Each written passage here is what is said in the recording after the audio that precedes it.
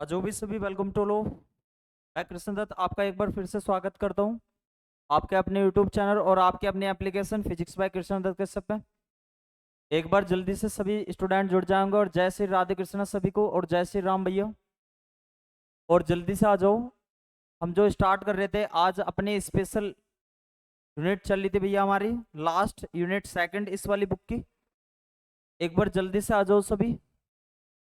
ठीक है, एक बार जल्दी से बता दो मेरी ऑडियो वीडियो बढ़िया है भैया। कोई दिक्कत समस्या तो ना किसी को भी। ठीक है भाई, जल्दी से बता दो मेरी ऑडियो वीडियो बढ़िया है भैया।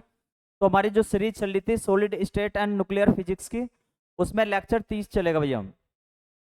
और इसमें आज जो डिस्कस करेंगे भैया हम, वो यूनिट सेकंड डिस्कस करेंगे। इसके कुछ महत्वपूर्ण टॉपिक है।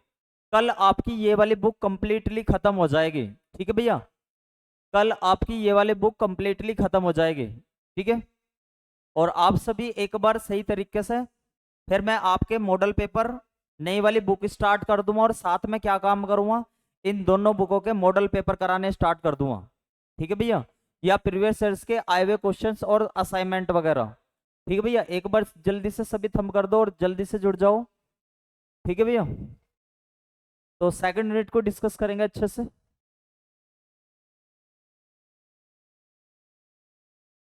आप, आई होप आप सभी अच्छे होंगे, बढ़िया होंगे, कोई दिक्कत समस्या ना होगी। ठीक है भैया,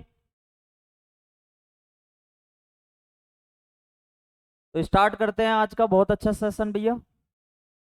ठीक है भाई, एक बार जुड़ जाओ।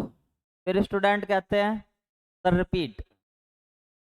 ठीक है भैया, एक बार जुड़ जाओ सभी, फिर स्टार्ट करते हैं।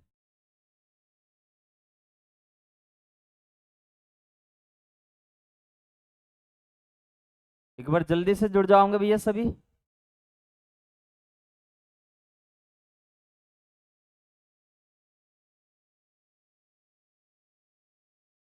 और जो भी जुड़ता रहे एक बार सभी थम करते रहो भैया।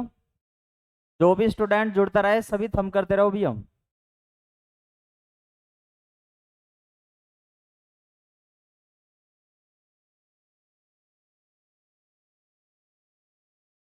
ठीक है, स्टार्ट करते हैं भैया आज का पहला टॉपिक बहुत अच्छे तरीके से। अच्छा, आज हम सबसे पहले समझने वाले हैं, वो समझने वाले हैं difference between acoustic and optical branches.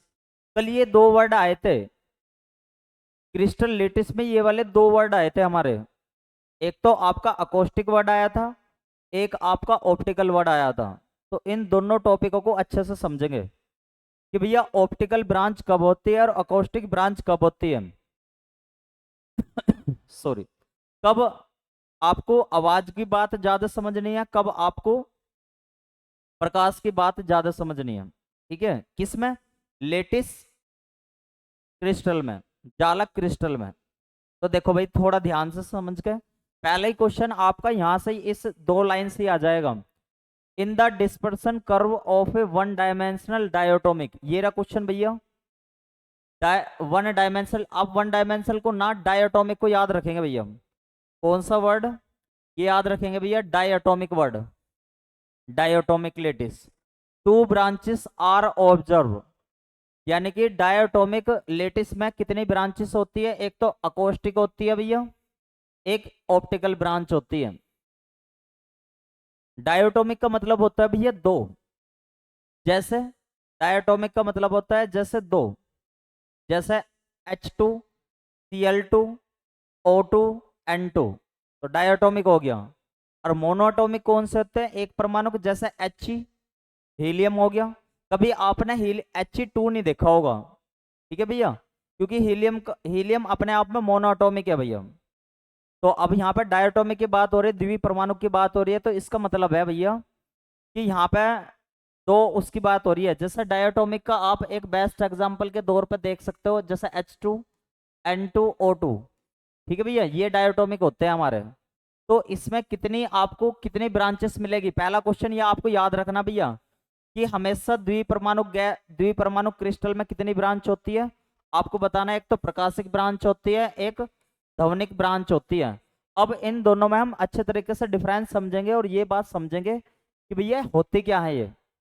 तो जल्दी से आप यहां से एक क्वेश्चन आपको मिला है स्क्रीन पे, कि भैया जो ऑप्टिकल क्वेश्चन पूछा गया था असाइनमेंट में आपका कि भैया ऑप्टिकल ब्रांच और अकोस्टिक ब्रांच किस में मिलती है, किस टाइप के में, कमेंट करके बताओ भैया जल्दी से, किस में मिलती है? मोनोएटॉमिक में मिलती है या डायटोमिक में मिलती है या पोलो एटॉमिक में मिलती है? जल्दी कमेंट करके बताओ अगर आपको क्वेश्चन समझ में आ गया हो तो। जल्दी से बताओ भैया किस में मिलती है, दोनों ब्रांचेस किस में मिलती है? सभी एक बार कमेंट करेंगे भैया, जितने भी सभी एक बार वीडियो को देख रहे हैं सभी कमेंट करेंगे।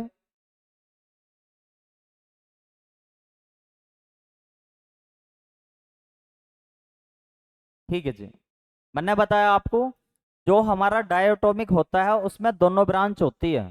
ठीक है भैया, क्या बताया? डायटोमिक का मतलब जिसमें दो मॉलिक्यूल होते हैं, वो दो एटम होते हैं, जैसे H2N2O2, उसमें ये दो ब्रांच मिलेगी, ये वाली बात बताई मैंने। तो क्वेश्चन है मेरा कि ऑप्टिकल और अकोस्टिक ब्रांच यानी कि प्रकाशिक और ध्वनिक शाखा कहाँ पे मिलती है? जल्दी से बताओ, मोनोटॉमिक में मिलेगी या डायोटॉमिक में? स्क्रीन पे लिखा हुआ भी है आंसर। मोनोटॉमिक में मिलेगी या डायोटॉमिक में मिलेगी या फिर पोलो पॉली में मिलेगी, पॉली एटॉमिक में मिलेगी, बहुपरमाणु में? जल्दी से कमेंट करके बताओ। कुछ बच्चों का सही आंसर आ रहा है भैया, जल्दी से बताएंगे भैया।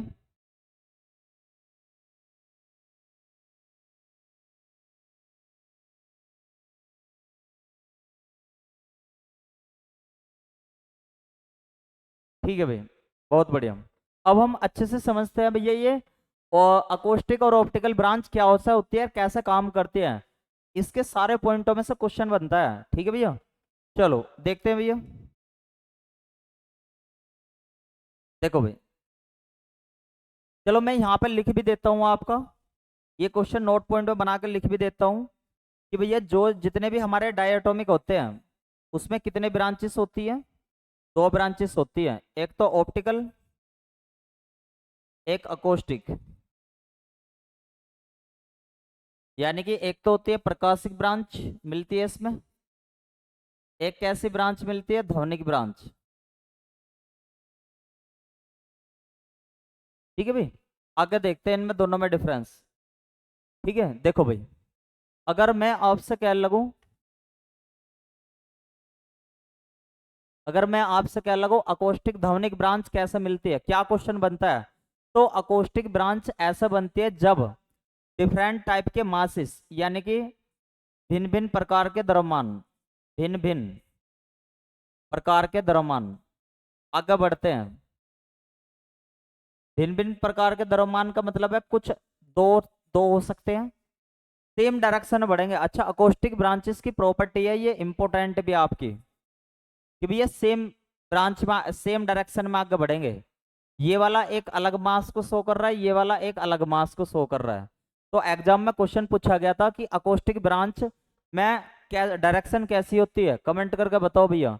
अकोस्टिक ब्रांच में यानी कि ध्वनिक शाखा में कैसी डायरेक्शन होती है, सेम होती है या अपोजिट होती है? जल्दी से बताओ कमेंट करके भैया। तो आपको आंसर बताना है भैया, सेम डायरेक्शन होती है।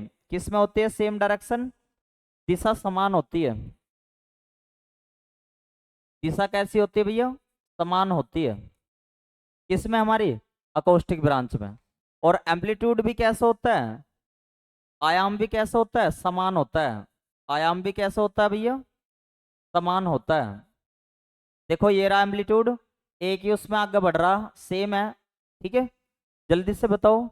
बिल्कुल सही बात। अगर मैं इसकी बात कर लगूं ऑप्टिकल ब्रांच की, तो इसमें डिफरेंट मासेस जो है, भिन्न भिन्न प्रकार के द्रव्यमान जो है अपोजिट डायरेक्शन में मूव करते हैं, यानी कि विपरीत दिशा में मूव करते हैं। कैसी दिशा में? विपरीत दिशा में। देखना एक बार, उसमें देखो डायग्राम में, एक ऐसा जा रहा है, एक इसके अपोजिट में आ रहा है। ठीक है, एक तो डायरेक्शन होगी ऊपर से, एक डायरेक्शन होगी नीचे से। तो ये पूछा जाता है कि डायरेक्शन इसमें ऑप्टिकल ब्रांच में डायरेक्शन कैसी होती है? कमेंट करो भैया जल्दी से। ऑप्टिकल ब्रांच में डायरेक्शन कैसी होती है? जल्दी बताओ भैया। ऑप्टिकल ब्रांच में डायरेक्शन कैसी होती है?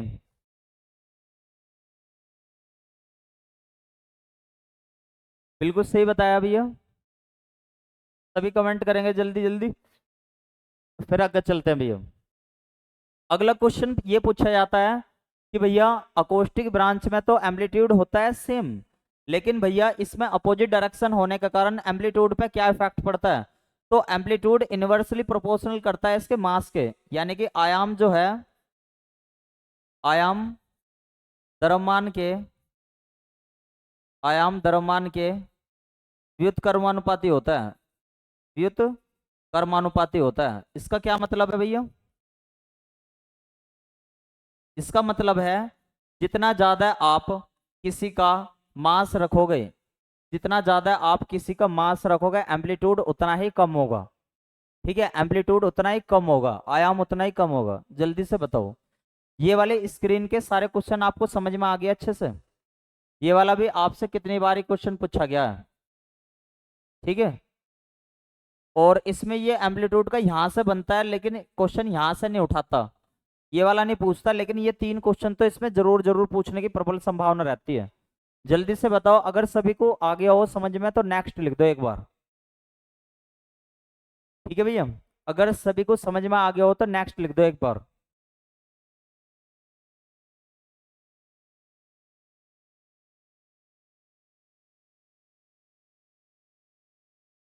सर अकोस्टिक में क्या है?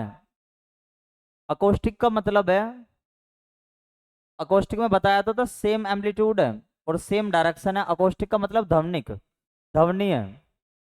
ठीक है भाई, चलो एक बार रिपीट करने को कह रहे हैं कुछ स्टूडेंट, तो रिपीट कर देते हैं। देखो भाई, अकोस्टिक में क्या होता है, ये डिफरेंट डिफरेंट टाइप के मास है। मतलब एक हल्का है, एक भारी है, एक हल्का है, एक भारी है। ये एक ही डायरेक्शन में आगे बढ़ रहे हैं, तो इसका मतलब है सेम डायरेक्शन रहेगी, पहले वाले मास की भी सेकंड वाले मास की भी सेम डायरेक्शन है ना। देखना, एक ही तो डायरेक्शन है, और एम्पलीट्यूड भी कैसा है, सेम है। जैसे जहां पे ये भारी वाला मास जा रहा है वहीं पे ये हल्के वाला जा रहा है। लेकिन अगर वहीं पे मैं ऑप्टिकल ब्रांच की बात करूं, तो इनके जो डिफरेंट टाइप के मासेस रहेंगे सभी की अपोजिट डायरेक्शन रहेगी। देखो एक बार ध्यान से समझो।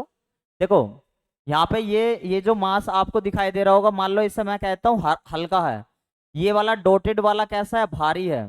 फिर यहाँ पे ये हल्का है, फिर यहाँ भारी है, फिर यहाँ पे कैसा है, यो हल्का है, फिर यहाँ भारी है, यहाँ पे हल्का है, फिर यहाँ भारी है, यहाँ पे हल्का है, फिर भारी है, फिर यहाँ पे हल्का है। लेकिन अगर यहाँ पे आप देखोगे, ये हल्का हो गया, दोनों मान लो हल्के हो गए।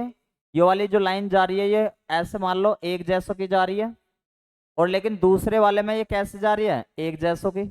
देखना, तो ये आपस में कैसे हो गए, मतलब दोनों मास एक दूसरे के कैसे हो गए, अपोजिट हो गए। तो अपोजिट डायरेक्शन में मूव करते हैं डिफरेंट टाइप के मासेस, और ये जो इनका एम्पलीट्यूड होता है ये एक दूसरे का कैसा होता है, व्युत्क्रमानुपाती होता है, इनवर्सली रहता है। जितना ज्यादा मास होगा उतना ही ज्यादा एम्पलीट्यूड कैसा होगा इसका। नहीं सर का क्या मतलब है?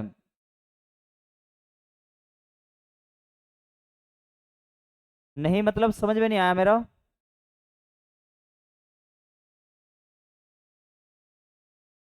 अकोस्टिक का मतलब है भैया ध्वनि, ध्वनि किस प्रकार से चलती है।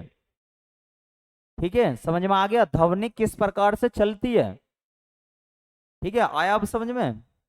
ये वाली बात है कि लेटिस, लेटिस में देखो मेरी बात ध्यान से समझो। ठीक है भैया, यानी कि लेटिस क्रिस्टल में ध्वनि किस प्रकार से चलती है, ये वाली बात हो रही है। अकोस्टिक का मतलब ध्वनि लिखा तो है, मतलब ध्यान से देखा करो एक बार बोर्ड पे। अकोस्टिक का मतलब ध्वनिक लिखा है अच्छे से, ऑप्टिकल ब्रांच का मतलब प्रकाशिक लिखा हुआ है अच्छे से। इसमें ध्वनि कैसे चलती है ये वाली बात हो रही है। ठीक है, और प्रकाशिक में की बात हो रही है, ऑप्टिकल प्रकाशिक। ठीक है भैया, जल्दी से बताओ, अब कोई दिक्कत तो ना किसी को भी? अगर किसी को फिर भी प्रॉब्लम है तो बताओ जल्दी से।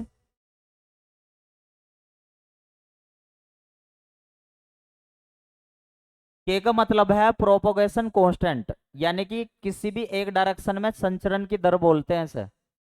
के को क्या बोलते हैं, संचरण की दर,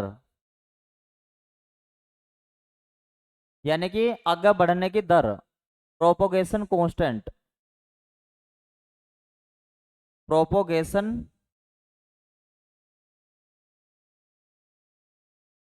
प्रोपोगेशन कांस्टेंट। ठीक है भैया, जल्दी से थंब कर दो भैया। ठीक है भैया, जल्दी से थंब कर दो। अब समझ में आ गया होगा आपको अच्छे से। यानी कि कोई भी चीज आगे कितनी तेजी से बढ़ रही है तो वो कौन बताएगा? प्रोपोगेशन कांस्टेंट बताएगा, यानी कि आगे बढ़ने की दर। ठीक है भैया, आई होप ये इस पेज की आपको सभी कुछ चीजें समझ में आ गया है। अब और अकोस्टिक और ऑप्टिकल ब्रांच का और डिफरेंस देख लेते हैं भैया। इधरली साइड में ये अकोस्टिक का केस है, अकोस्टिक का केस है।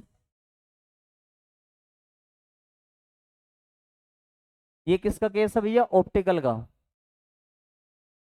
ऑप्टिकल का। ठीक है भैया, ध्यान से समझेंगे मेरी बात को, मैं क्या बता रहा हूं आपसे। यहाँ किसका, ये किसका केस है? ध्वनिक का है, ये आगे है। और ये किसका केस है? प्रकाशिक का। ध्यान से समझो, अकोस्टिक में जितने भी आपको हैवी एटम मिलते हैं, ज्यादातर हैवी मास, हैवी एटम मिलते हैं जिनका मास कैपिटल एम हो सकता है। लेकिन लाइट, लाइट ही, जैसा तुमने सुना होगा प्रकाश को लाइट भी बोला जाता है, तो इसमें लाइट एटम होता है, इस वजह से बोला जाता है उसे लाइट। और मास कैसा होता है? स्मॉल एम होता है। अच्छा, मैं अगर आपसे कह लगूं अकोस्टिक आपको ज्यादातर कौन से टाइप के क्रिस्टल में मिलेगा? मोनो एटॉमिक क्रिस्टल में मिलेगा, यानी कि एक परमाणु क्रिस्टल में मिलेगा, एक परमाणु क्रिस्टल में मिलेगा अकोस्टिक। ठीक है भैया, और डायटोमिक क्रिस्टल में यानी कि द्विपरमाणु क्रिस्टल में ज्यादातर आपको ऑप्टिकल मिलेगा, द्विपरमाणु में ज्यादातर आपको ऑप्टिकल मिलेगा। अच्छा, एक बात मैं आपको बता दूं, ऑप्टिकल में दोनों चीजें भी मिल जाएगी आपको। पहला अकोस्टिक भी मिल जाएगा, और आपको कौन सा मिल जाएगा? ऑप्टिकल भी मिल जाएगा, यानी कि बोथ मिल जाएंगे। यह क्वेश्चन आपसे पूछा गया था। यानी कि एक परमाणु के में अकोस्टिक मिल जाता है, लेकिन द्विपरमाणु में अकोस्टिक भी ध्वनिक और प्रकाशिक दोनों मिल जाते हैं। लेकिन स्पेशल किसके लिए है? डायटोमिक स्पेशल है किसके लिए भैया? हमारा डायटो मतलब इसके लिए, ऑप्टिकल के लिए। अच्छा, अगर मैं आपसे कह लगूं जितने भी हमारे अकोस्टिक होते हैं उनमें कैसी फ्रीक्वेंसी होती है? लो फ्रीक्वेंसी, यानी कि कम आवृत्ति पे काम कौन करते हैं? अकोस्टिक।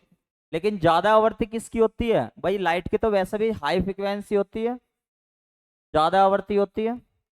आवृत्ति का मतलब नंबर ऑफ मतलब इसमें फ्रीक्वेंसी कितनी, मतलब नंबर ऑफ एटम्स कितने ज्यादा हैं।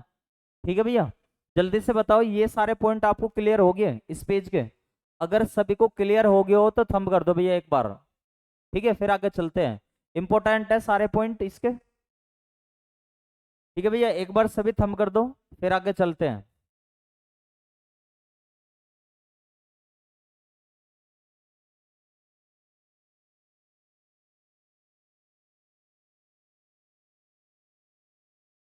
जल्दी से बताओ भैया, इसके सारे पॉइंट आपको क्लियर हो गए? एक बार और रिपीट कर देता हूं, अगर कोई स्टूडेंट ना गए तो। हैवी एटम की बात, यानी कि जिनके मास एम होते हैं वे ज्यादा अकोस्टिक में काम होते हैं। लेकिन ऑप्टिकल में लाइट एटम होते हैं जिनके मास स्मॉल एम होते हैं। मोनो एटॉमिक क्रिस्टल किसके लिए बना हुआ है? ज्यादातर अकोस्टिक के लिए। एक परमाणु क्रिस्टल किसके लिए बना हुआ है भैया? ध्वनिक के लिए। लेकिन डायटोमिक क्रिस्टल किसके लिए बना हुआ है? दोनों के लिए बना हुआ है, लेकिन स्पेशली अगर आपसे देखा जाए तो ऑप्टिकल। वैसा आपका ये आया हुआ क्वेश्चन है कि भैया दोनों में काम करेगा। ठीक है भैया,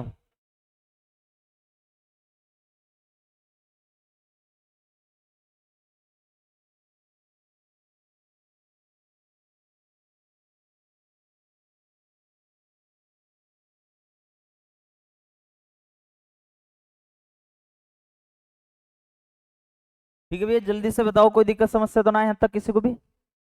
यानी कि इसमें जो अकोस्टिक में हमारे लो फ्रिक्वेंसी काम करती है सबसे ज्यादा, कैसी काम करती है? Low frequency. ठीक है भैया, और इसमें कैसी फ्रिक्वेंसी काम करती है भैया? आपकी हाई फ्रिक्वेंसी काम करती है। ठीक है भैया, चलो आगे बढ़ते हैं। अब देख लेते हैं भैया free electron theory. Free electron theory के बारे में अच्छे से समझ लेते हैं। देखो, इसे आप कंसेप्ट समझने की कोशिश करना। अगर सपोज करो मैंने एक मेटल ले ली, 11 Na ले लिया, यानी कि 281 ले लिया। तो एक न्यूक्लियस के चारों तरफ ऐसे ऐसे ये इलेक्ट्रॉन ऐसे ऐसे तो घूमेंगे। पहली कक्षा में कितने रहे होंगे? 2 रहे होंगे। दूसरी में कितने रहे होंगे? 8। और तीसरे में क्या रहे होंगे? 1। अब इसमें जो ये आपको ये एक जो दिखाई दे रहा है, ये इसे आसानी से निकाला जा सकता है। इस इलेक्ट्रॉन को आसानी से निकाला जा सकता है। इस इलेक्ट्रॉन को बोलते हैं वैलेंस इलेक्ट्रॉन। वैलेंस इलेक्ट्रॉन यानी कि संयोजी इलेक्ट्रॉन। ठीक है। अब जब ये आसानी से निकाला जा सकता है तो ये लूजली बाउंड होता है, यानी कि एक तरीके से ढीला ढीला पद होता है। ठीक है। और इस वाले वैलेंस इलेक्ट्रॉन को मुक्त इलेक्ट्रॉन भी कहा जा सकता है। क्या कहा जा सकता है भैया? मुक्त इलेक्ट्रॉन को। और इसको एक नाम और भी कहा जा सकता है इसका, चालन इलेक्ट्रॉन। ठीक है भैया। और ये जो लूजली बाउंड होता है, इसी कारण ये फ्रीली स्वतंत्र रूप से मूव कर सकता है, स्वतंत्र रूप से घूम सकता है। तो इसे हमने ऐसा मानकर चला, इस इलेक्ट्रॉन को फ्री इलेक्ट्रॉन गैस थ्योरी में किसका नाम दिया गया? इस इलेक्ट्रॉन को क्या कह दिया फ्री इलेक्ट्रॉन थ्योरी में? Ideal gas electron. इस एक इलेक्ट्रॉन को, कौन से वाले को? इसकी बात हो रही है पर्टिकुलर। मैं इसे रेड करके दिखा देता हूं आपको। ये आपका इस वाले की बात हो रही है भैया, इस वाले की। इस रेड वाले को क्या कह दिया उसने? इस उसमें आपसे एग्जाम में पूछा जा सकता है कि भैया फ्री इलेक्ट्रॉन थ्योरी में जो हमारा वैलेंस इलेक्ट्रॉन है उसका एक और नाम क्या है? तो आइडियल आइडियल गैस इलेक्ट्रॉन है। ठीक है भैया, क्या है? Ideal gas electron. इसे बोलते हैं आदर्श गैस इलेक्ट्रॉन। क्या बोलते हैं इसे? आदर्श गैस इलेक्ट्रॉन। ठीक है भैया। जल्दी से बताओ, कोई दिक्कत समस्या तो ना किसी को भी? अगर मैं आपसे कहने लगूं, अगर मैं आपसे कहने लगूं ये काफी इंपॉर्टेंट टर्म्स थी आपकी, तो आपको अच्छे से याद रखनी है भैया। ये वाली बात आपको अच्छे से पता होनी चाहिए। ठीक है भैया। किसे? अगर मैं आपसे कहूं ये वाली कि भैया फ्री इलेक्ट्रॉन गैस थ्योरी किसने दी थी, तो एक साइंटिस्ट आए थे, एक तो ड्रूड और लोरेंज, दोनों ने मिलकर एक थ्योरी दे दी थी भैया। इससे बोला गया लोरेंज और ड्रूड लोरेंज थ्योरी। ठीक है भैया, काफी इंपॉर्टेंट है यो। ठीक है भैया, काफी इंपॉर्टेंट है। अगर आपसे पूछा जा लगा दूसरी चीज कि फ्री इलेक्ट्रॉन गैस थ्योरी किसने दी थी, तो ड्रूड और लोरेंज ने दी थी भैया। किसने दी थी? ड्रूड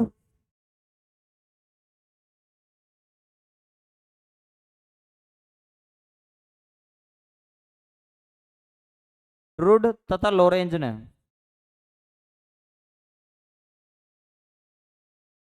ठीक है।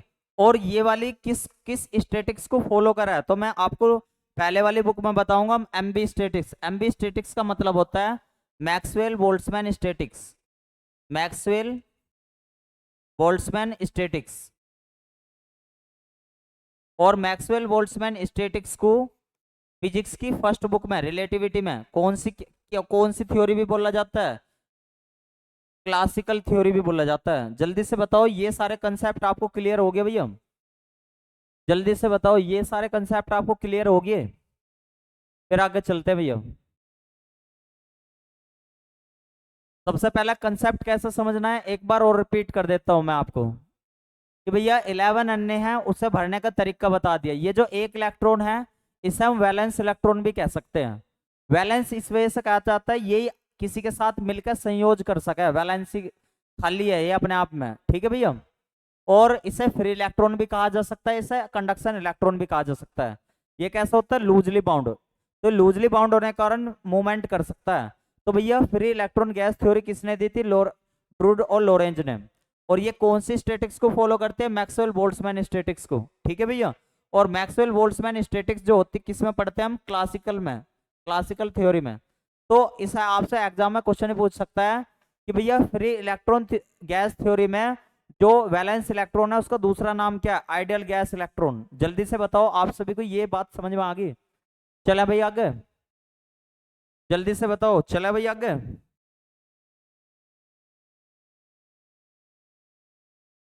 ठीक है भाई, चले आगे बहुत अच्छे से।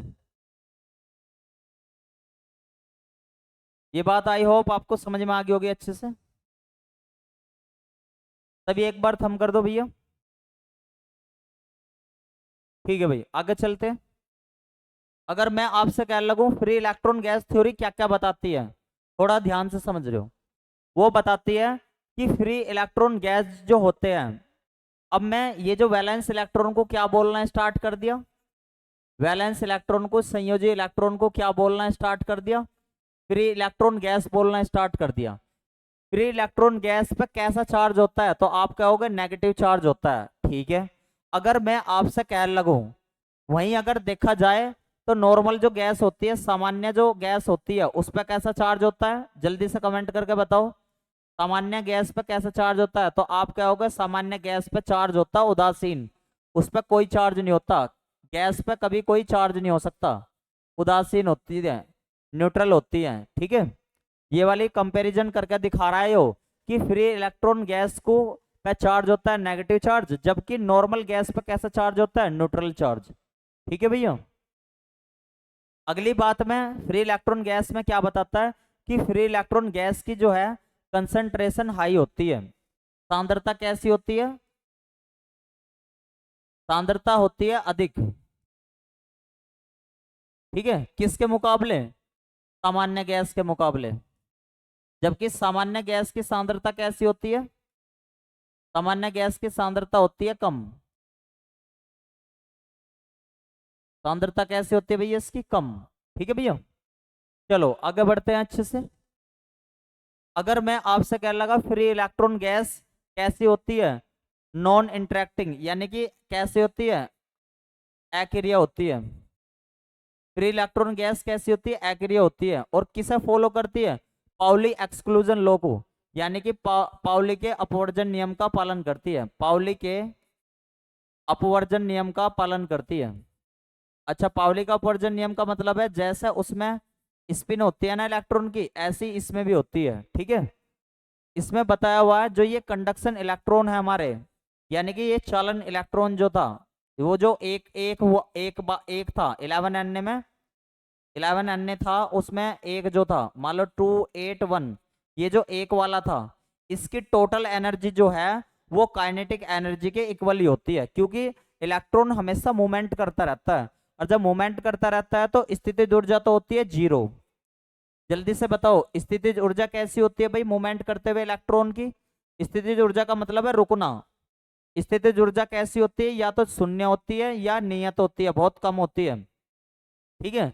लेकिन अगर मैं आपसे कह लगूं फ्री इलेक्ट्रॉन गैस में कुल ऊर्जा किस बात पर निर्भर, कुल ऊर्जा किसकी क्या होती है, इसकी गतिज ऊर्जा होती है, क्या होती है, गतिज ऊर्जा होती है। जल्दी से बताओ, सारे पॉइंट आपको क्लियर हो गए अच्छे तरीके से।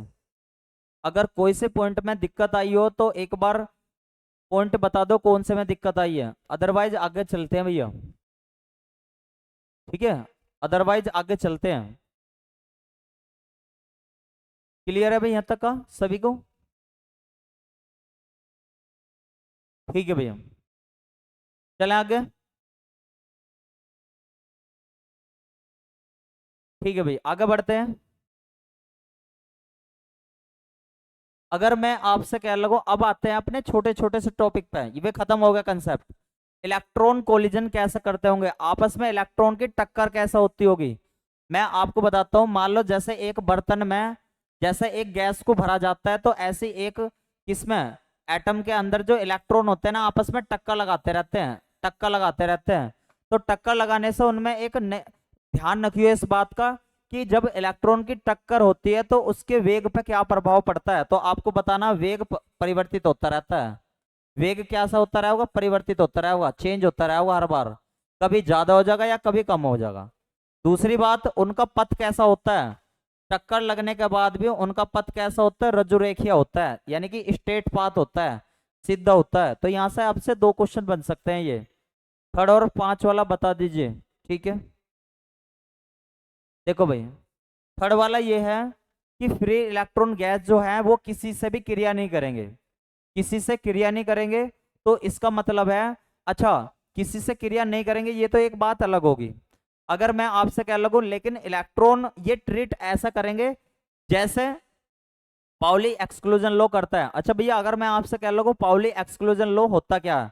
पाउली एक्सक्लूजन लॉ का मतलब होता है, पाउली के अपवर्जन नियम का मतलब होता है कि चार क्वांटम संख्या होती है हमारी, एन एल एम एस। तो एन एल एम की वैल्यू तो जीरो हो सकती है, लेकिन एस की वैल्यू जीरो नहीं हो सकती।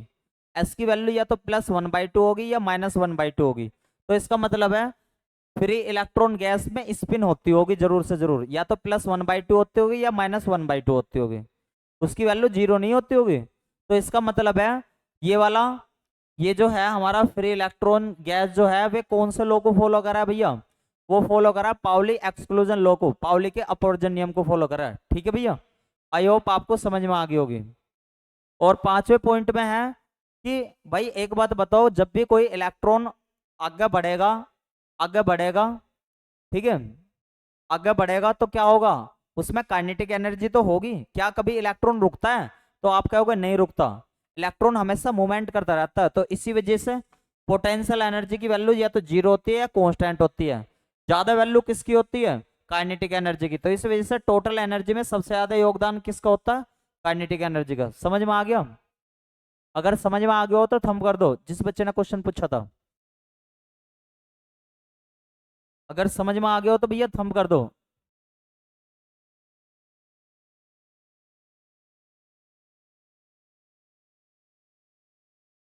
ठीक है भाई, आगे बढ़ते हैं। तो मैं बता रहा था आपको कि इलेक्ट्रॉन जिस प्रकार से किसी भी गैस को आप कहाँ पर रख देते हो, एक बर्तन में रख देते हो, तो मूवमेंट करते रहते हैं, आपस में टकराती रहती है। तो ठीक इसी प्रकार से एक एटम में इलेक्ट्रॉन भी आपस में मूवमेंट करते रहते हैं और उनकी टक्कर लगती रहती है आपस में। तो टक्कर लगने के बाद उनकी वेलोसिटी पे क्या चेंज होता है, एग्जाम में पूछा जाता है। तो आपको बताना वेलोसिटी चेंज हो जाती है, यानी कि नई वेलोसिटी मिल जाती है कोलिजन के बाद में, टक्कर के बाद में, यानी कि संघट के बाद में नई वेलोसिटी मिल जाती है।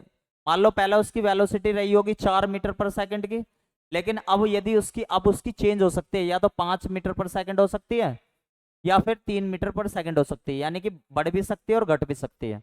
अगली बात बता रखी, लेकिन इलेक्ट्रॉन जब टक्कर लगने के बाद में वो कैसा पाथ करते हैं? तो बिल्कुल स्ट्रेट पाथ, किसी भी डायरेक्शन में वो आगे बढ़ते हैं, या तो ऐसे बढ़ेंगे या फिर वो ऐसे बढ़ेंगे या फिर ऐसे बढ़ेंगे या ऐसे बढ़ेंगे, यानी कि स्ट्रेट पाथ रखते हैं, रज्जु रेखे पथ पर जाते हैं। जल्दी से बताओ, आई होप आपको समझ में आ गया होगा। तो अगले पॉइंट पे चले भैया, सभी एक बार थम कर दो अगर ये दोनों पॉइंट समझ में आ गए हो अच्छे से। ठीक है भैया, फिर आगे बढ़ते हैं। सभी थम कर दो भैया एक बार।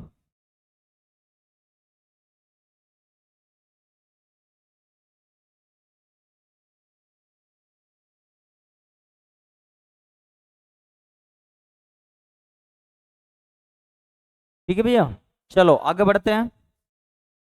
अगर मैं आपसे कह लगा, अब देखते हैं मीन फ्री पाथ। ये तो बहुत आसान है। ये देखो भाई, जब कोई इलेक्ट्रॉन मूवमेंट करता है किसी भी स्थान पर, तो उसकी दो बार यदि टक्कर लगती है, दो बार लगातार टक्कर लगती है, और उसके बाद वो मान लो 5 मीटर जाता है, तो 5 मीटर को क्या बोला जाएगा? Mean free path. क्या बोला जाएगा? Mean free path. मान लो ये इलेक्ट्रॉन है, ये दो इलेक्ट्रॉन है, आपस में इसकी एक बार ऐसे टक्कर लगी, मान लो इसकी एक बार ऐसे टक्कर लगी, एक बार और लगी इससे, और टक्कर दो बार टक्कर लगने के बाद एक बार यहाँ पे टक्कर लगी, एक बार यहाँ पे टक्कर लगेगी, और इसके बाद मान लो वो 5 मीटर चला। कितना मीटर चला? 5 मीटर चला। तो इसका मतलब है वो इसका क्या रहेगा? मेन फ्री पाथ रहेगा, औसत मुक्त पथ। ठीक है भैया, तो इसका बता, ये वाली बात बता रखी, दो क्रमांगत, दो दो क्रमांगत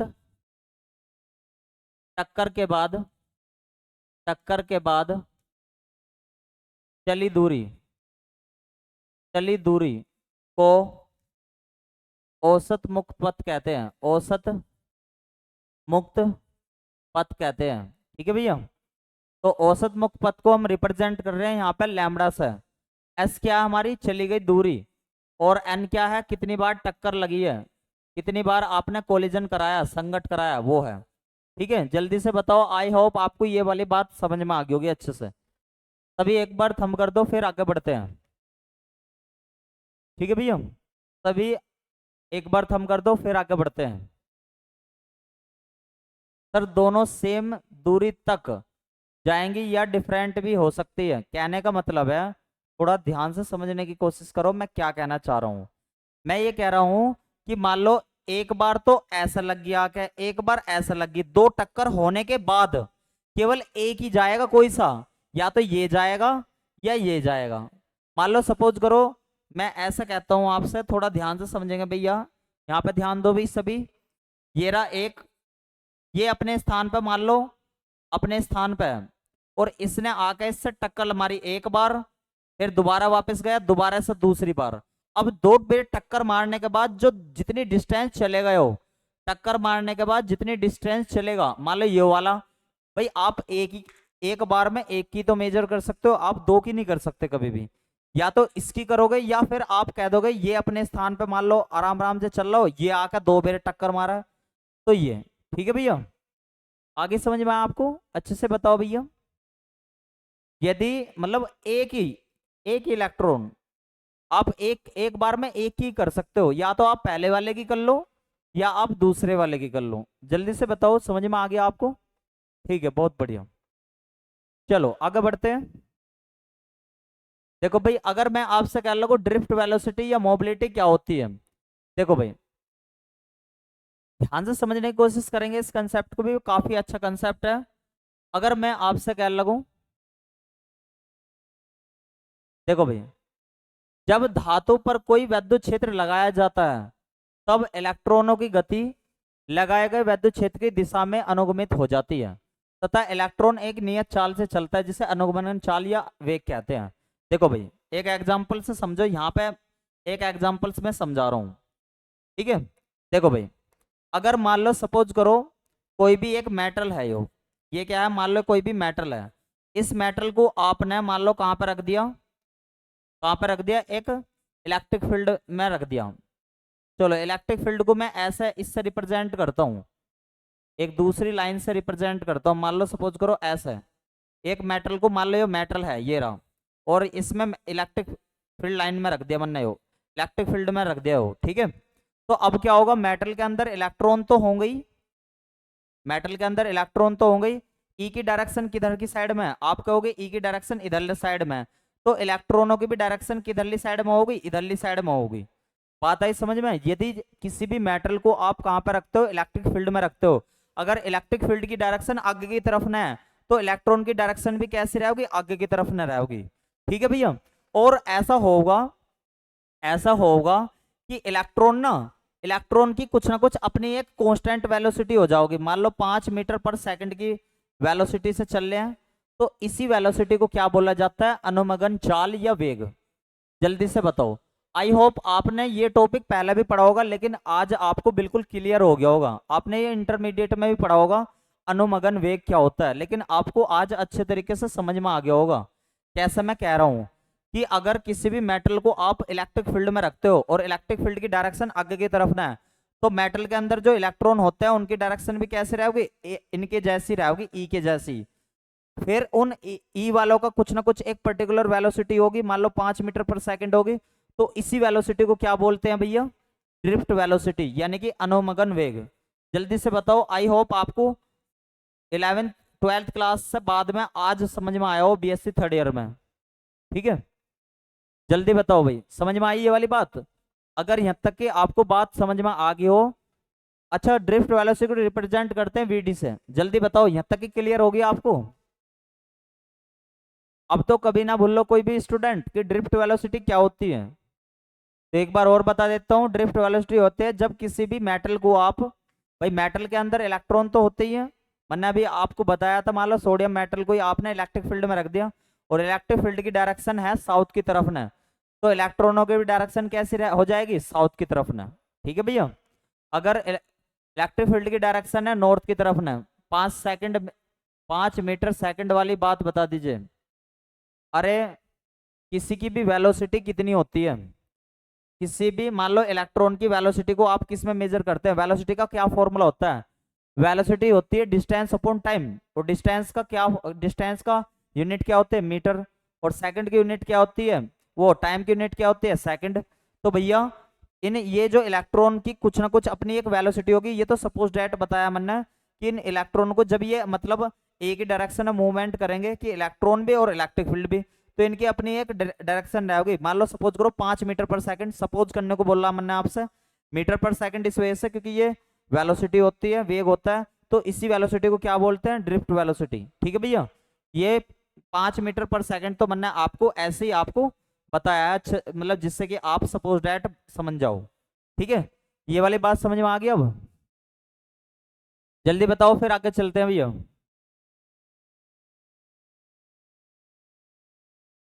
क्लियर है भाई?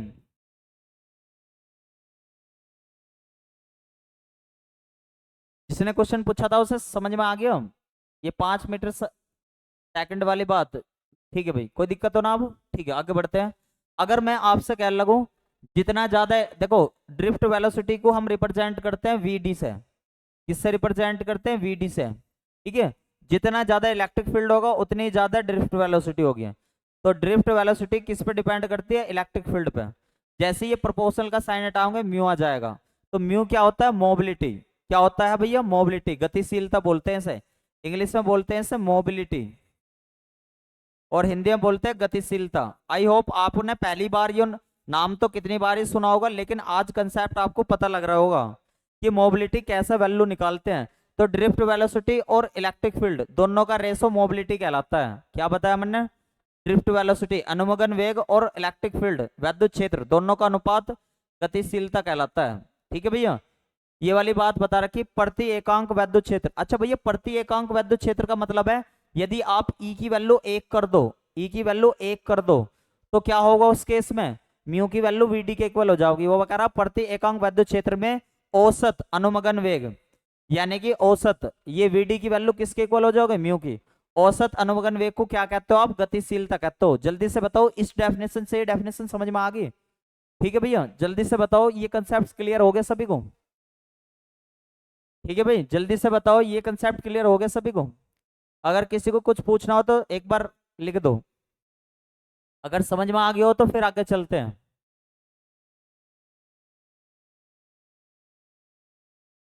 ठीक है भाई, जल्दी से बताओ, ये वाली बात आपको क्लियर होगी?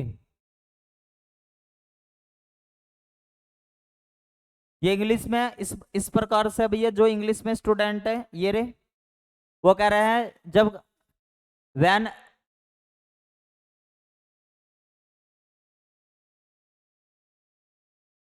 when an electric field is applied on metal, applied on metal, ठीक है भैया, the electrons drifted in the direction of applied electric field, यानी कि ई की भी डायरेक्शन वही रहेगी और इलेक्ट्रॉन, जब जो मेटल के अंदर इलेक्ट्रॉन है उनकी भी डायरेक्शन एक जैसी रहेगी, लेकिन उन इलेक्ट्रॉन को कुछ ना कुछ एक वेलोसिटी मिलेगी, कांस्टेंट वेलोसिटी रहेगी उनकी। तो उसी वेलोसिटी को बोलते हैं ड्रिफ्ट वेलोसिटी, और रिप्रेजेंट करते हैं भैया वीडी से। और ड्रिफ्ट वेलोसिटी हमेशा डायरेक्टली प्रोपोर्शनल होती है, जो भी आप इलेक्ट्रिक फील्ड अप्लाई कर रहे हो, तो वीडी प्रोपोर्शनल हो गया ई के, और प्रोपोर्शनल साइन हटाओगे म्यू आ जाएगा।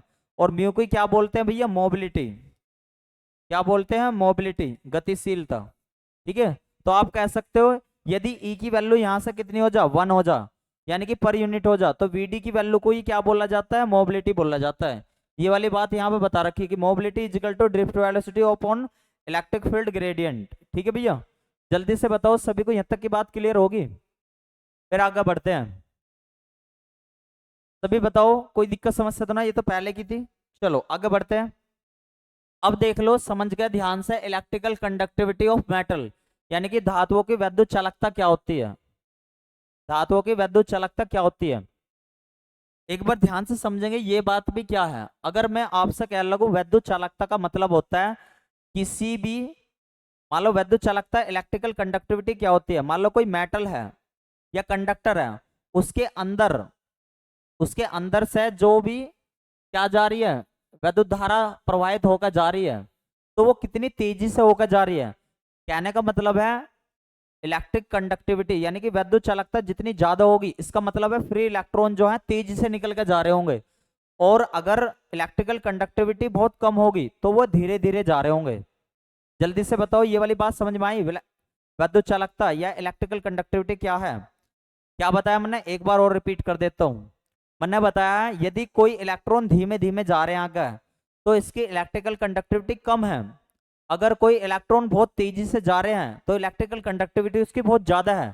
तो इसका मतलब है कि वैद्युत चालकता का अर्थ क्या होता है, पदार्थ में चालन धारा कितनी तेजी से जा रही है, योग्यता कितनी तेजी से आगे जा रही है। तो कहने का मतलब है किसी पदार्थ में धारा घनत्व जो रहेगा, धारा घनत्व का मतलब है भाई अगर धारा कम तेजी से मतलब गुच्छे में हो जा रही है, बहुत तेजी से जा रही है तो धारा घनत्व ज्यादा है, अगर कम कम जा रही है तो धारा घनत्व कम है। तो इसका मतलब है धारा घनत्व आरोपित वैद्युत क्षेत्र के अनुक्रमानुपाती होता है। ठीक है भैया, यानी कि जितना ज्यादा करंट डेंसिटी होगा उतना ही ज्यादा इलेक्ट्रिक फील्ड होगा। ये वाली बात समझ में आई आपको? मैंने क्या बताया, जितनी ज्यादा इलेक्ट्रॉन निकल कर जाओगे तेजी से उतना ही ज्यादा इलेक्ट्रिक फील्ड ज्यादा प्रोड्यूस होगा, फील्ड प्रोड्यूस होगा ना ज्यादा से ज्यादा। ये वाली बात बता रखी, electrical conductivity means the ability of a material to conduct electricity, यानी कि कोई भी इलेक्ट्रिकल कंडक्टिविटी इस बात पर डिपेंड करती है कि इलेक्ट्रिसिटी कितनी तेजी से इसमें से होकर जा रही है। ये वाली बात बता रखी, the current density is directly proportional to the applied electric field, यानी कि भाई जितना इलेक्ट्रिक फील्ड ज्यादा होगा या करंट डेंसिटी जितनी ज्यादा होगी इलेक्ट्रिक फील्ड भी उतनी ज्यादा होगा। अगर मैं आपसे कह लगूं कहीं किसी तार में कम वैद्युत धारा प्रवाहित हो रही है तो इसका मतलब क्या हो गया, करंट डेंसिटी वहां कम है। अगर कहीं ज्यादा प्रवाहित हो रही है, बहुत ज्यादा करंट एक साथ जा रही है तो करंट डेंसिटी ज्यादा है। ठीक है भैया, तो यहाँ पे ये वाली बात बता रखी, हमने करंट डेंसिटी को रिप्रेजेंट कर दिया जे से, धारा घनत्व को किससे रिप्रेजेंट कर दिया जे से, और वैद्युत क्षेत्र को इलेक्ट्रिक फील्ड को किससे रिप्रेजेंट कर दिया ई से। जैसे ये प्रोपोर्शनल का साइन हटाएंगे सिग्मा आ जाएगा, और sigma equal to J upon E होता है। ये फॉर्मूला आपको याद रखना अच्छे से। अब कौन कौन से इसके वे भी होते हैं, एक ये फॉर्मूला भी बहुत इसका कई बार पूछा गया है कि भैया करंट इसका इलेक्ट्रिकल कंडक्टिविटी यानी कि वैद्युत चालकता का क्या फॉर्मूला है, तो नीचे नीचे बदलता है, बस ये नीचे याद रखियो 6 kT मिलेगा, n e square lambda u upon 6 kT। Important है भैया ये। जल्दी बताओ इस वाले पेज की कोई दिक्कत समस्या तो ना किसी को भी, फिर आगे चलते हैं। इस वाले पेज की कोई दिक्कत समस्या तो ना किसी को भी?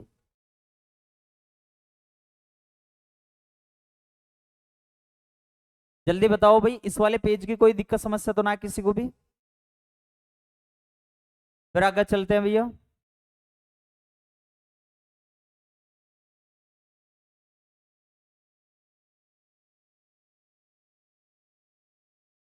सभी एक बार थम कर दो भाई, आगे चलते हैं फिर।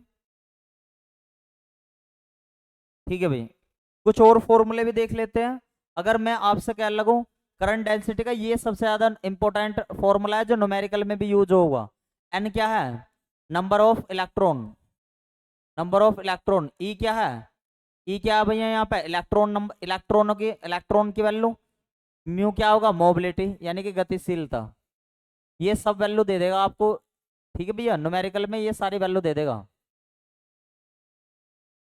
ठीक है भैया, ये सारी वैल्यू दे देगा। चलो आगे बढ़ते हैं। अगर मैं आपसे कह लगूं, आपने सेकंड ईयर में एक फॉर्मूला पढ़ा होगा बहुत बढ़िया तरीके से। सेकंड ईयर में किसने क्वांटम फिजिक्स में ये वाला फॉर्मूला पढ़ा था, one dimensional potential well box, यानी कि वर्गाकार विभव कूप, वर्गाकार विभव कूप पढ़ा होगा ये आपने। ठीक है, अगर किसी को इसकी डिटेल में थ्योरी दे हुआ है तो मैंने ये डाल रखा है आपका यूट्यूब पे डाल रखा है। तो इसका डायरेक्टली फॉर्मूला आया था हमारा एनर्जी के लिए हो। देखो भाई एनर्जी क्या होता है, ई क्या होता है, ई को हम बोलते हैं एनर्जी फंक्शन, एनर्जी फंक्शन। दूसरा नाम कोई बच्चा बताएगा इसका, ई का दूसरा भी नाम क्या था, दूसरा नाम था आइगन वैल्यू। ठीक है भैया, यानी कि ऊर्जा फलन, ई का दूसरा नाम था ऊर्जा फलन, और ई का दूसरा भी नाम था आइगेन मान, आइगेन मान। ठीक है भैया, और इसमें ये साई की वैल्यू एक बार, ठीक है भैया ये वाली बात को बहुत अच्छे तरीके से नोट कर लेंगे अच्छे से। ठीक है, काफी इंपॉर्टेंट है ये वाली टर्म्स, ये दोनों टर्म्स आपकी काफी इंपॉर्टेंट है भैया। ठीक है, ये दोनों टर्म्स आपकी काफी इंपॉर्टेंट है। ई की वैल्यू होती है n square H square upon 8 ml square, और साई की वैल्यू, अच्छा साई को क्या बोला जाता है जल्दी से बताओ, आपने सेकंड ईयर में क्वांटम फिजिक्स में पढ़े या ना पढ़े? ठीक है भाई, साई को बोलते हैं हम आइगन, आइगन फंक्शन, इसे बोलते हैं आइगन मान। तो ये आपसे क्वेश्चन पूछा जा सकता है दोनों। लास्ट टाइम पे ये वाला क्वेश्चन पूछा गया था कि भैया एनर्जी जो है एन के कैसी होती है, एनर्जी जो है एन के प्रोपोर्शनल होती है, और इसका ग्राफ कुछ इस प्रकार से आता है। ठीक है भैया, जल्दी से बताओ ये वाला सिस्टम सभी को याद है? ठीक है, सही बताया भाई। साई का आइगन फंक्शन यानी कि फलन, बिल्कुल सही बताया। आइगन, सॉरी, आइगन फलन। ठीक है भाई, थैंक यू। जल्दी से बताओ भाई, यहाँ तक की कोई दिक्कत समस्या तो ना किसी को भी? चले भाई आगे, जल्दी बताओ भाई, याद हो रहा है हमको ये वाली value, E equal to N square H square upon 8 ml square, और sine equal to √2/L sine n pi x/L। ठीक है भैया, कभी कभार यहाँ पे आपको √2/L पे ये भी टर्म्स मिल सकती है, साइन इजकल टू ये भी टर्म्स मिल सकते हैं, ए साइन n पाई x/L, क्योंकि आपसे ये क्या कहता है, ए की वैल्यू आपसे पूछता है।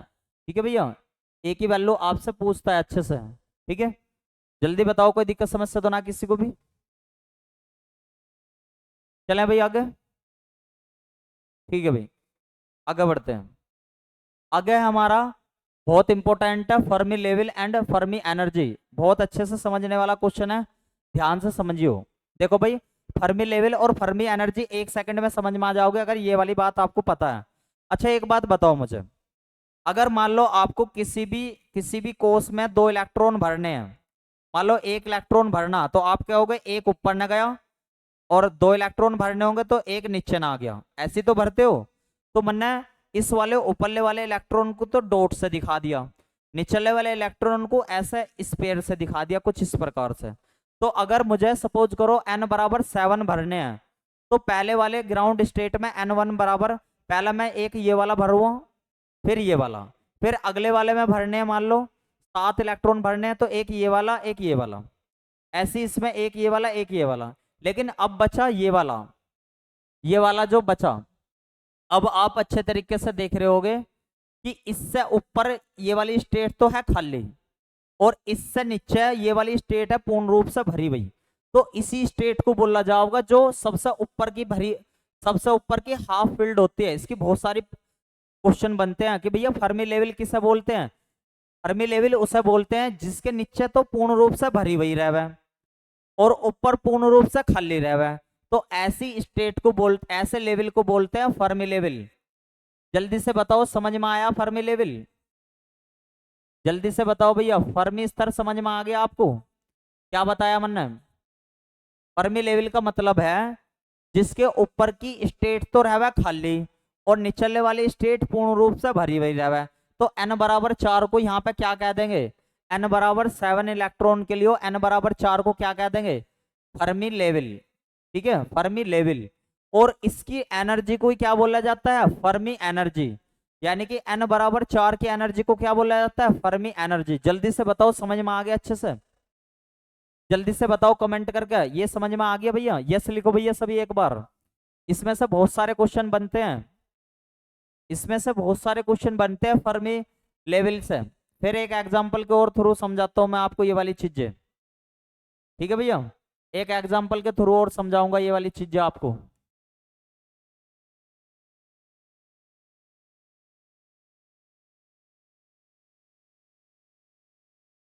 ठीक है,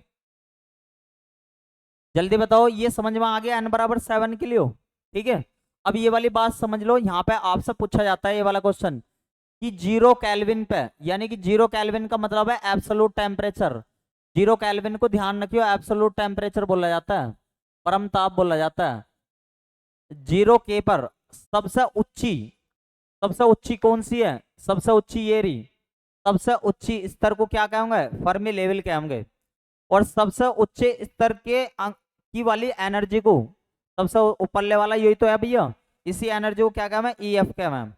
तो ये एक ऐसा भी तो कह सकते हो आप, ऐसा भी तो कह सकते हो फर्मी लेवल की एक डेफिनेशन ये वाली भी है मोस्ट इंपोर्टेंट, ये वाली भी मोस्ट इंपोर्टेंट है भैया आपकी डेफिनेशन, कि भैया ऐसा फील्ड, ऐसा लेवल जो आधा भर रहा हो। ये वाली देखो पोजीशन कैसी है, इस वाले इलेक्ट्रॉन को मैं 1/2 ना लिख सकता, तो आप कह सकते हो जहां पे इलेक्ट्रॉन के पाए जाने की प्रोबेबिलिटी कैसी हो, 1/2 हो, आधी हो। देख लो आधा फिल है ना, ये पूर्ण फिल है, यो भी पूर्ण फिल है, यो भी पूर्ण फिल है, लेकिन यो आधा है।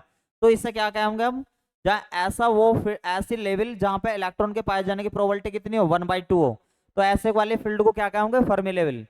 सर सबसे ऊपर तो 5 वाला है, लेकिन वो खाली है, लेकिन वो भैया खाली है, आपको वो लेना सबसे ऊपर वाला, जिसके ऊपर वाला तो खाली मिला है और जिसके नीचे वाला आपको भरा हुआ मिला है, समझ में आ गई। तो ऐसा कौन सा n=4 वाला है। तो आप ऐसे भी कह सकते हो फर्मी लेवल हमेशा पार्शली फिल होता है। तो आप ये कंसेप्ट ऐसा भी लिख सकते हो, आप ये कंसेप्ट ऐसा भी लिख सकते हो कि भैया फर्मी लेवल हमेशा कैसा होता है, फर्मी लेवल कैसा होता है, पार्शली फिल्ड होता है, पार्शली फिल्ड होता है, यानी कि अर्ध पूरित होता है। ठीक है भैया। और आप ऐसा कह सकते हो फर्मी लेवल जहां पे इलेक्ट्रॉन के पाए जाने की प्रोबेबिलिटी 1/2 हो। ठीक है भैया, जल्दी बताओ, ये वाला कंसेप्ट क्लियर हो गया आपका, इंपॉर्टेंट है और काफी अच्छे क्वेश्चंस बनते हैं इसमें से, मोस्ट इंपोर्टेंट टर्म सब ये हो। ठीक है, आगे बढ़ते हैं, फर्मी लेवल के एक दो क्वेश्चन और देखते हैं। ये रहा फर्मी लेवल का क्वेश्चन, ये फर्मी लेवल का ये रहा, यहाँ से भी टर्म्स बनती है, लेकिन सबसे बढ़िया ये टर्म्स है, अभी मैं आपको डेफिनेशन बता रहा कि 0 K पे ओके ना है, हो 0 K, 0 K का मतलब absolute temperature, absolute temperature, absolute temperature का मतलब परम ताप, परम ताप 0 K पे फर्मी एनर्जी, फर्मी एनर्जी किसे कहेंगे, फर्मी एनर्जी जिसके नीचे, जिसके नीचे नीचे तो सारे भरे हुए हों और जिसके ऊपर सारे खाली हों, अभी दिखाया था ना आपको, ऊपर सारे खाली हों, उसे क्या कहते हैं हम, फर्मी एनर्जी कहते हैं। अच्छा, एवरेज एनर्जी और फर्मी एनर्जी में क्या रिलेशन है, मोस्ट इंपोर्टेंट रिलेशन है भैया, E⁻ EF×3/2।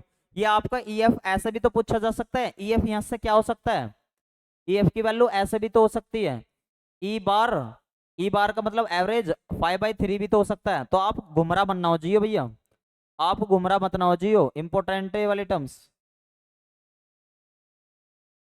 ठीक है भैया, ये टर्म्स आपके इंपोर्टेंट है, ये गुमराह बनना हो जियो वहां पे आप। ठीक है भाई, जल्दी बताओ, कोई दिक्कत समस्या तो ना है।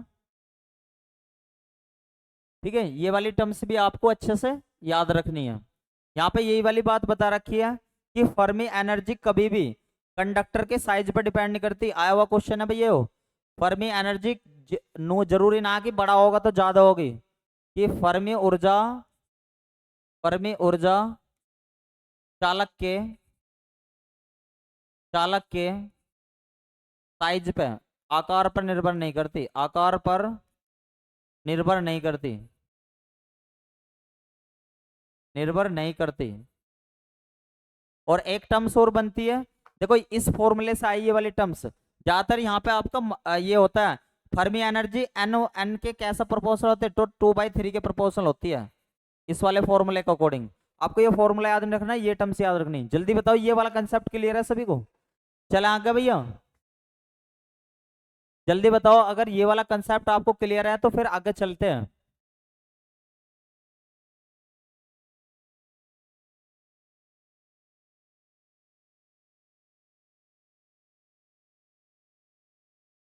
जल्दी बताओ भाई, चले आगे। ठीक है, बहुत बढ़िया, चलो अगला देखते हैं। अगला है हमारा हॉल इफेक्ट। क्या है भैया, हॉल इफेक्ट, काफी इंपॉर्टेंट है, 2-3 क्वेश्चन जरूर बनते हैं इसमें से, समझ लो एक बार ध्यान से। अगर मैंने कहा यदि किसी धारावाही चालक को या किसी भी अर्धचालक को कहां पर रखोगे आप, को इसके लंबवत दिशा में लगे चुंबक के क्षेत्र में रखोगे, तो वो चालक पे एक ईएमएफ प्रोड्यूस हो जाता है, इलेक्ट्रिक वो सॉरी, एक प्रेरित विद्युत क्षेत्र ई प्रोड्यूस हो जाता है, जिसकी डायरेक्शन कैसी होती है, चालक में प्रवाहित धारा और चुंबकीय क्षेत्र दोनों के कैसी होती है, लंबवत होती है। तो इस घटना को क्या बोला जाता है, हॉल इफेक्ट। जैसे अगर किसी भी आपने क्या काम करा, किसी भी इसे कंडक्टर को, और कंडक्टर के तौर पे वो कंडक्टर के अलावा वो अर्धचालक भी हो सकता है। ये वाली बात भी आपसे पूछी गई थी भैया एक बार, ये वाली बात भी आपसे पूछी गई थी कि भैया कंडक्टर के अलावा क्या वो अर्धचालक भी हो सकता है। ये वाली बात भी आपसे पूछी गई थी बहुत बढ़िया तरीके से। ठीक है भैया, ये वाली बात भी अच्छे से आपसे पूछी गई थी।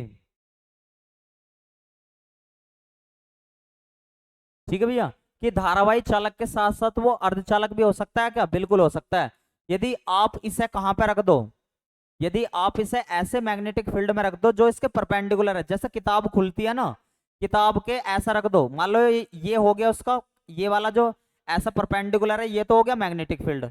आपने इस मार्कर को इस मैग्नेटिक फील्ड में लाकर रख दिया, ठीक है, तो क्या होगा, इसमें एक ऐसा इलेक्ट्रिक फील्ड और प्रोड्यूस हो जाएगा।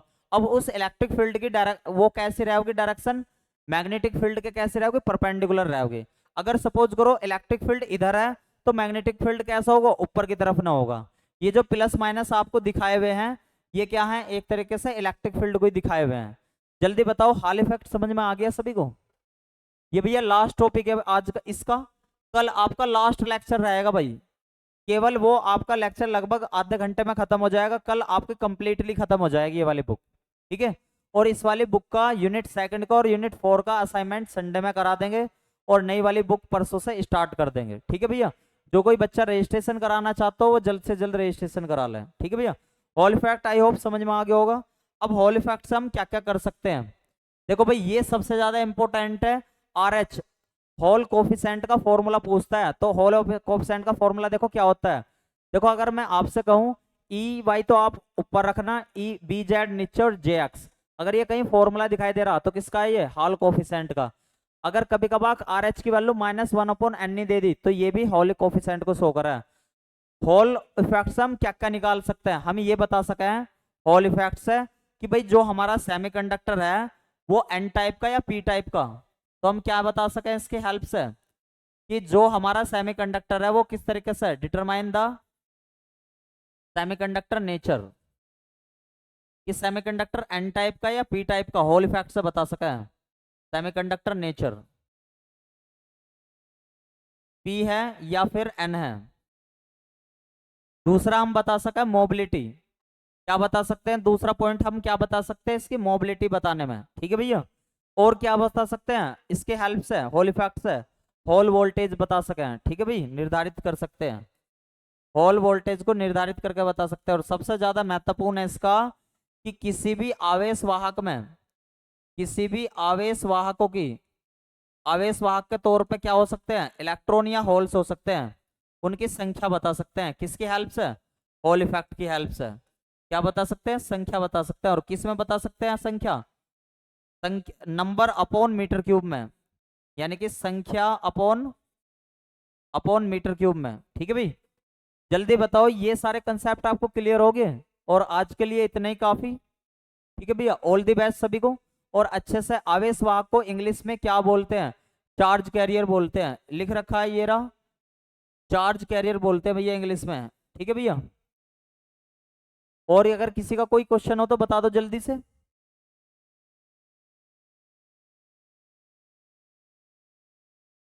ठीक है भैया, ऑल द बेस्ट सभी को।